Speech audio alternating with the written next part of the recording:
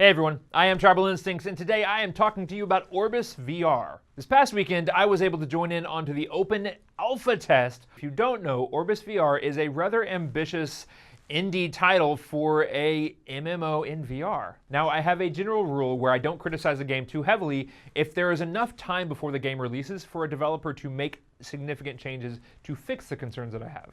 In this case, I had so much fun though that I do want to talk about this, and because it has more ramifications to like what games could be in the future. So I am going to talk about some of the issues that I had with it. However, it is not me trashing on the game. There is so much time between now and when they plan on launching it. So by no means is anything that I say about this like condemning this game or thinking that it's not going to be good once it launches. So whenever you start your game, you start off with a pretty standard MMO type setup. You have some, renowned warrior or trainer or whatever, and they teach you the ropes. They have you go slice a bunny in half. They have you hit up on a, wooden dummy, whatever. So once you get through that, then you are released into the world. Before you're released into that world, though, you are already exposed to some game mechanics that make it so obvious that MMOs can absolutely be an amazing thing in VR. I'll admit, I've been a little bit skeptical about some of the type experiences or some of the things that are in traditional MMOs and porting those over into VR. However, those fears have just completely gone. The way that he's done this, the way that they've done this is amazing. So starting out with the inventory system. I haven't seen yet an inventory system that has just been like perfect. Okay, so I think Island 359 was probably my favorite, where you take a backpack off, it opens up and you're able to move things around inside of it. It's limited though because it's not very big. In Orbus, they use a traditional inventory management system where you have slots and you have gear slots and all those things and moving around, but it actually just works. It works surprisingly well. SAO fans will definitely appreciate this. You just slide your finger down and you get some context menus and you can open up your inventory. And poof, right in front of you, you're able to see your entire setup. Once you have it in front of you, just changing out your inventory is just clicking on a sword, clicking on the sword slot, and poof, there you go. You can close it out and you will have your normal inventory just kind of on your chest. So apart from your raw, like flat inventory, everything else uses proper VR items. Your journal even, you take your compass, you flip it over, and a book pops out in front of you that you're actually able to turn pages on and read your journal entries or your quest or whatever it is. You can read it all there. A highlight for me was you needed to brew a potion. And I'll get into why later on. However, you needed to brew a potion, and in your quest, you see not only just brew this potion, here are the ingredients, but it actually had pictures of like how to combine things, when to combine them, what color it should be. And then you go and you actually have to do these where you're combining things to make a potion. What an awesome concept for a VR game, being able to actually combine ingredients in a cauldron and then go deliver it as your quest item instead of just going up somewhere, clicking a mouse button, hitting A, and then traveling back and forth. So even those monotonous quests where you're just gathering items and combining them and then taking them somewhere else, it's more interesting because you're actually doing it. I love VR. Now, in every MMO since the first MMO, your characters have a lot of abilities. Now, I haven't gotten into the game so far, and this is still an early alpha, so I'm not sure how everything's going to progress. However, that is one thing that also seems like it would be really hard to do in a VR game because you don't have like 35 different hotkeys. You don't have, icons that you can click on to press these things. Now, while there may be some icons that help with that, like on the back of the player's shield, if you're a warrior, you see some items to show like status effects. You see your health, whatever.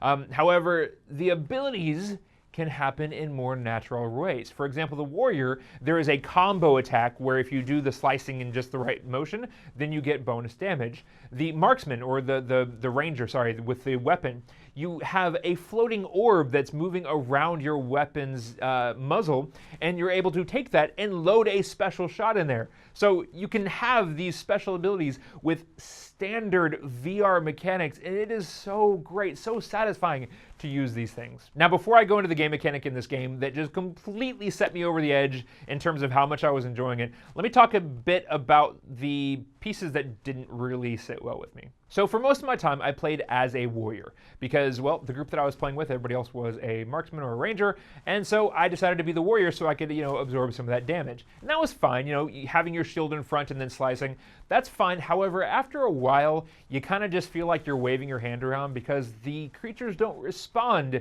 to you hitting them. It's, at least right now in the early alpha, okay, of course, they can have like reactions to you later on. However, as of right now, it just kind of felt pretty bland to just move my hand back and forth. I will also call out out that I didn't make it too very high in the level, so I'm not sure what other content has already been added to the warriors to make it more entertaining or maybe make it more diverse in terms of how you interact with things. So there's so much room to grow in here. This is just a sort of a comment on my experience with this open alpha, not where I think this game is going to go. Based off of how I see the interactions with the other classes, I totally understand that in the future, this will not be the case. But as it is right now, if the game doesn't change at all ever, then I probably wouldn't enjoy it just because the interaction is very, very flat with the warrior class. The hunter and the archer improve on this, but not dramatically so. Everything still feels kind of flat right now. Apart from that, the quest acceptance process is as you would expect. Okay, this is early alpha. Again, I don't know what their plans are.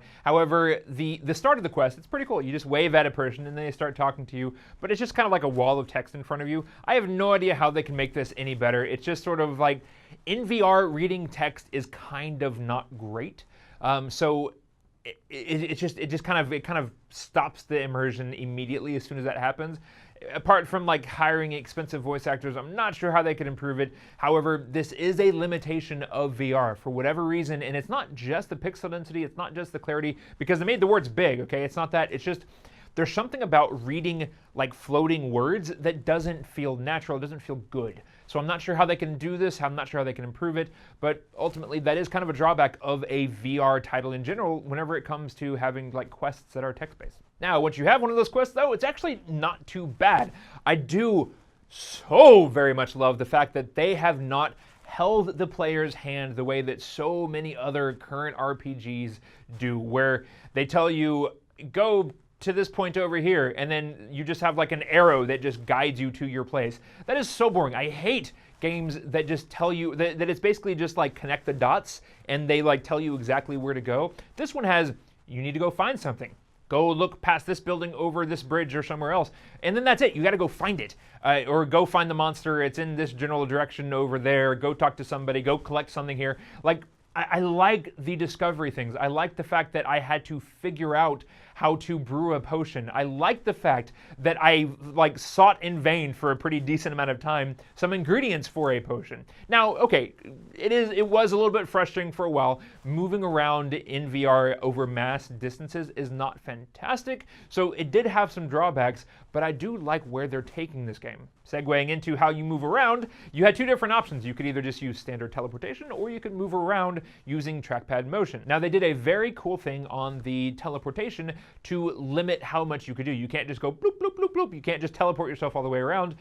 Depending on how, like when you most recently teleported, that's how far you could go. So it kind of grew out the longer that you sat there waiting to teleport. So you can't just instantly teleport all over the place. So if you're running from a bad guy, you're probably going to get eaten if you're in the place where you need to run at that point. As you're running around though, and in some cases over pretty significant distances, you do get to enjoy some nice, clean, cartoony type graphics, which if you watch this channel enough, you know that I actually really appreciate those. I don't need ultra realism in VR to enjoy it. I actually really like these cartoony, clean feels. So for that, I'm totally okay with it. Now again, this is early alpha, so the fact that I'm already enjoying the level of graphics that are already there, this speaks very, very highly for where we might see things come later on this year. All right, now I saved my very favorite thing for last. Up until the last bit of my gameplay, there was some tediousness in terms of the combat mechanic, right? I didn't really like how the warrior was playing, but I was kind of just staying in there because the people that I was playing with, they wanted to do the other classes. I was totally okay with that. However, it was getting a little bit tedious towards the end. That was until I completed a quest to become a rune mage. Now let me tell you, this made me happy. After you've gone on your quest to create a potion for this witch, and then you've given her that potion, and then you need to go and collect a stick for your wand, and then you come back and you get your wand, and then you have to learn how to cast the spells. Every spell in the game is apparently open to the player from the very start. What limits you is your ability to remember how to cast these spells. Yes! So I really like challenging game mechanics. I don't like having a game where I just feel like I've mastered everything right at the get-go. This was tremendous. I loved this. Not everybody is going to be able to be a mage. You have to A, be accurate in how you cast your spells, and B, just have a memory good enough to know how to do it and to do them quickly. So in this game, instead of just like pressing a button to cast a spell, you take your wand and you draw a shape in the air, and then you press a button to hopefully cast your spell.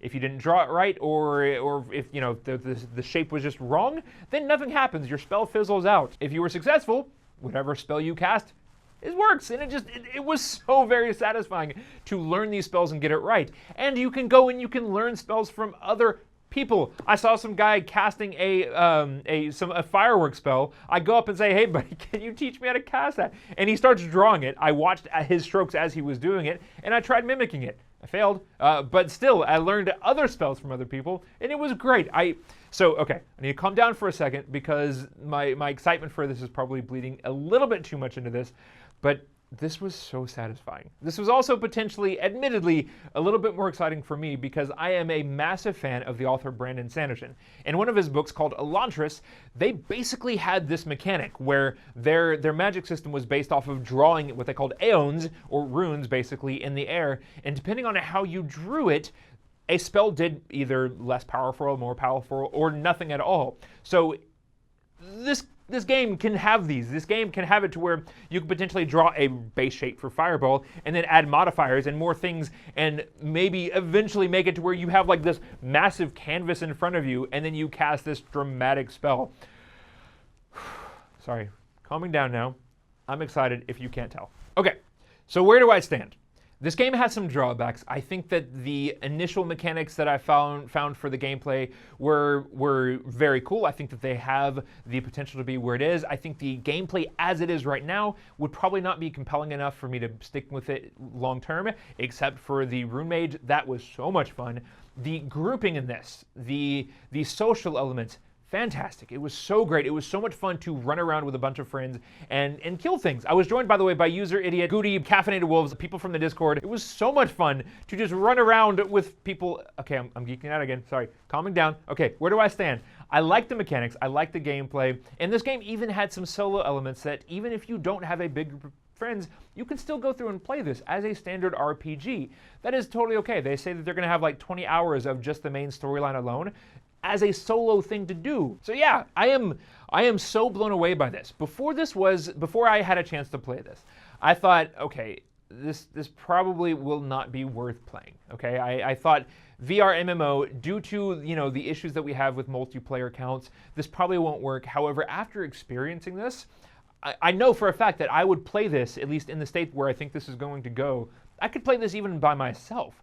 With other groups, it just makes it more fun. So if you have a group of people that you can jump into, like, this is a no-brainer. I cannot wait for this. I did not back this game, okay? I thought that there was no way. So I loaded it up this weekend. All right, I'll give it a shot. I am going to go give money to this developer just to help this game become a thing. This is supposed to come out later on this year. I think he said December or Q4 this year is whenever he plans on entering early access and adding more features after that. I'm sold. Like, I am legitimately, absolutely, totally, 100% sold on what this game could be. Even if it doesn't, man, you know what? I'm already going to give my money to this developer because in just the hopes that this comes true. All right, guys, sorry for just kind of like ranting and going off on this one. I had a lot of fun despite the issues with it. I absolutely loved it. So let me know what you guys think. Am I just kind of going over the top on this one, or have you played it and do you also agree? Do you see the potential of this, and are you as excited about it as I am? But for now, guys, I am done here. Thank you so much for watching. If you liked this video, please hit the like button below. If you didn't, hit the downvote button and tell me what I can do to make them better. And if you want to see more, hit subscribe, and I'll see you all in the next video. Bye-bye.